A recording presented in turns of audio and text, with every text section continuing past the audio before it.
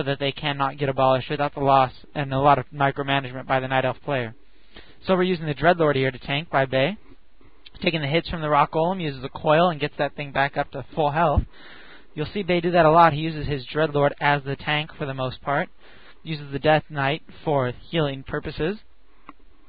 Bay's also picked up a Red Drake Egg. Usually not a good item against a Night Elf player because it'll quickly get abolished. However, if we look at Tillerman's base, we'll see that he has forgotten to research Abolish Magic, which will soon cause him some problems in the middle of the map. Tillerman's doing his creeping. He picked up an Ankh of Reincarnation at the top left Goblin Lab. Very, very nice item for his Demon Hunter there. However, it will get wasted pretty sadly. And he will actually pick up another Ankh when he goes to creep the bottom left right now. Bay is creeping the 6 o'clock natural expansion. Picks up a Clouds of Attack and a Potion of Invulnerability. Very, very nice items. Put the Potion of Invulnerability on your Death Knight. You always want to put your healing type items on your Death Knight. Your Potion of Invulnerability, your Potion of Restoration, your Healing Pots, whatever else you may happen to get. You want to put those on your Death Knight because your Death Knight can heal your other heroes, but he cannot heal himself. Now, level 3 coil, he can heal 600 hit points on a Dreadlord, but that level 3 coil is not going to do much help if your Death Knight's getting focus fired on. Here you'll see Tillerman will pick up that Ankh and Town Portal out. He kills the Rock Golem, so now Tillerman has 2 Ankhs on his Demon Hunter. Very, very scary, although I would personally prefer to get a Potion of Restoration instead of that Ankh, but nonetheless. Here you see Bay picks up those 2 Slippers of Agility that Tillerman left. That adds effectively 2 armor to his Dreadlord. Very nice for your tank hero. So he's up to 5 armor on that Dreadlord. Now Bay's going to creep out these knolls in the middle and then go towards the health fountain.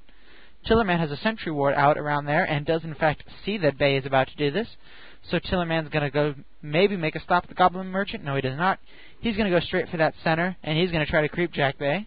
Here you're going to see some pretty piss-poor, crappy play by Tillerman in my opinion. Not sure if it was a bad management or something, but this is 6 o'clock in the morning for Bay, 2 o'clock in the afternoon for Tillerman, and Bay just incredibly out-micros Tillerman right here. So Bay's going to use his Red Drake Egg, and either Tillerman has not researched the Abolish Magic, or Tillerman just does not use it. Mana Burn on a Death Knight with only 33 hit points, or mana points, that's not something you want to do. Fails to Mana Burn this Lich right here with 200 health points. So we're going to get a surround on this Demon Hunter here. Demon Hunter's going to run, Demon Hunter's running, Demon Hunter's going to get slept.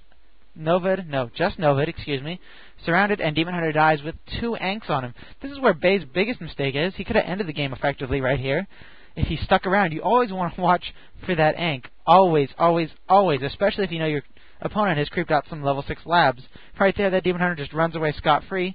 If Bay stood around a little while longer, he could have taken out that other Ankh and then killed the level 4 Demon Hunter.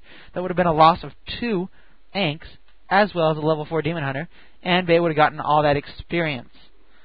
So quite a little waste right there by Bay, and that's actually going to come back to haunt him just a little bit. Not too badly. Anyways, we got that Red Drake now following Bay army around. And Tillerman here is kind of he scouted actually Bay's expansion quite some time ago and failed to stop it. And this is actually an integral part of the game. Once that undead player gets to the Halls of the Dead and gets that Spirit Tower there, you've effectively shut yourself out from ever having any chance of stopping that expansion, short of getting 2 Chimeras. You just cannot do it as a Night Elf player. There's just no way. Without a far superior force, and they haven't had a big battle yet. You see Tillerman stocking up that Demon Hunter, 4 health potions, Ankh, and a Potion of Greater Mana, so he's going to be able to immolate Mana Burn and stay alive for quite some time. So Tillerman's just going to have to leave that expansion there, and that's actually going to hurt him quite a bit. Any undead with an expansion, especially Bay, who you know is going to expand, you should be scouting constantly. Even worse than that is the fact that Tillerman actually scouted that expansion quite some time ago. I just failed to mention it, and did absolutely nothing about it. So when he went to go try to kill the expansion just now, lo and behold, there's already a Halls of the Dead up, and Tillerman just backs away off knowing that there's nothing he can really do. So we take a quick hero break. We see Bay has a level 5 Death Knight. His Dreadlord is a level 4, and his Lich is a level 2. So that's a 5, 4, and 2. If we look at Tillerman, he's got a level 4 and 2. So that's a whole extra hero, level 5 hero that Bay has got up on Tillerman here, and that's just pretty pathetic, honestly. That is a lapse of judgment by Tillerman. Not to take anything away from him. The man is a great player. Has beaten many great players, excuse me. But this is just lapse of creeping. He spent too much time jerking around earlier. He spent too much downtime, and now he's sitting there pretty much effectively thinking, I'm screwed. Bay's pretty much corrupted the entire map. They both got 2 level 6 creep camps, but that doesn't make much of a difference if that's pretty much all you got as Tillerman. So he's kind of thinking, short of going to the islands right here, there's not much Tillerman can do. There is one level, not level 6, excuse me, there's a rock golem at the bottom left gold mine, and that's actually where Bay is going. Bay has a very vast knowledge of this game and knows exactly who's creeped what and where. This is something that most amateur players do not really get. They don't quite understand the whole creeping, the whole thing behind creeping, who's creeped where are they going to creep next. Both Bay and Tillerman around this time are very excellent creepers, and they both know exactly where the last creep camp is. So Bay's going to head there. Tillerman, seeing Bay via one of his sentry wards, is going to try to go over there and try to do something. Tillerman immediately realizes exactly where Bay's going and knows that there is an open creep camp there.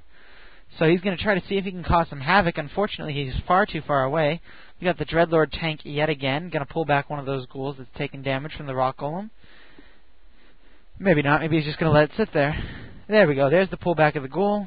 Maybe a death coil on it, perhaps not. Pendant of Energy, super item for the Lich. Bay's going to try to walk out. Tillerman's going to come in on him, and Bay's simply going to town portal home. That'll be Bay's last town portal, and actually the last one he'll need for the rest of the game. So that town portal he wasted earlier on, not as big of a deal as it could have turned out to be, but one more creep jack and Bay would have been in for some trouble. For example, if Bay loses the final battle, he's going to have up some problems. He's not going to be able to town portal out, and there's not going to be a whole lot he can do. So that's something that does work to Tillerman's advantage. Tillerman, I don't know if he just bought that town portal, if he's had it. I think he's had it for quite some time. Tillerman's going with a mainly Dryad Chimera army here, as you can see. Some problems with this Dryad Chimera is it is not very effective versus the undead player. The main problem versus undead is not his ghouls, not his surrounding whatever. It is more his hero nuking spells that occur in Sleep, Carrion, Nova, and Death Coil. And something you really want to do is substitute a lot of these Dryads. Maybe 3 Dryads tops is what you want to have in your army. 3 or 4 Dryads, that's the maximum for a Night Elf player. 1 Ancient of Lore, pretty much all you need. The rest of your army, you're going to want to get a Keeper of the Grove, a Demon Hunter, and you're going to want to get some Druids of the Talent and a couple of Chimeras. That's going to be your effective army. You're going to keep cycloning those heroes up and up in the air. And we all complained when Cyclone got nerfed to 10 seconds, but God, if people knew how abusive it could have been at 30 seconds, this would have just been ridiculous.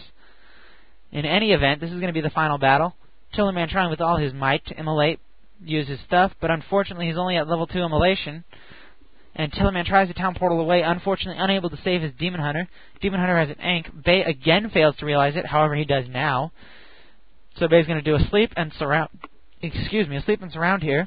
This is effectively going to end the game, and game 1 of this tournament. This is a Dutch tournament, by the way. There were 4 top players invited to play on some Dutch amateurs at the end of this. So this is a best-of-3 series. I will be commentating the other 2 games. So here, effectively, Tillerman can tell this is the end of the game. Bay has won. Superior micro on the part of Bay, getting that expansion up with the lapse of judgment on the part of Tillerman. Also, Tillerman's lapse of judgment and slow creeping, combined with Bay's super fast creeping pattern, essentially assured Tillerman a loss here. So that is game 1 and the introductory commentary for Ghetto commentaries from Warcraftreplays.com. And I will be doing game 2 and 3 right now, so be sure to check that out at Warcraftreplays.com. In fact, it's probably up at the same time as this one is, so I don't know why I'm plugging it. Have a good day, and we'll be doing commentary number 2 right now. Bye. That was the first Ghetto audio by Warcraft Replays. Look out for more.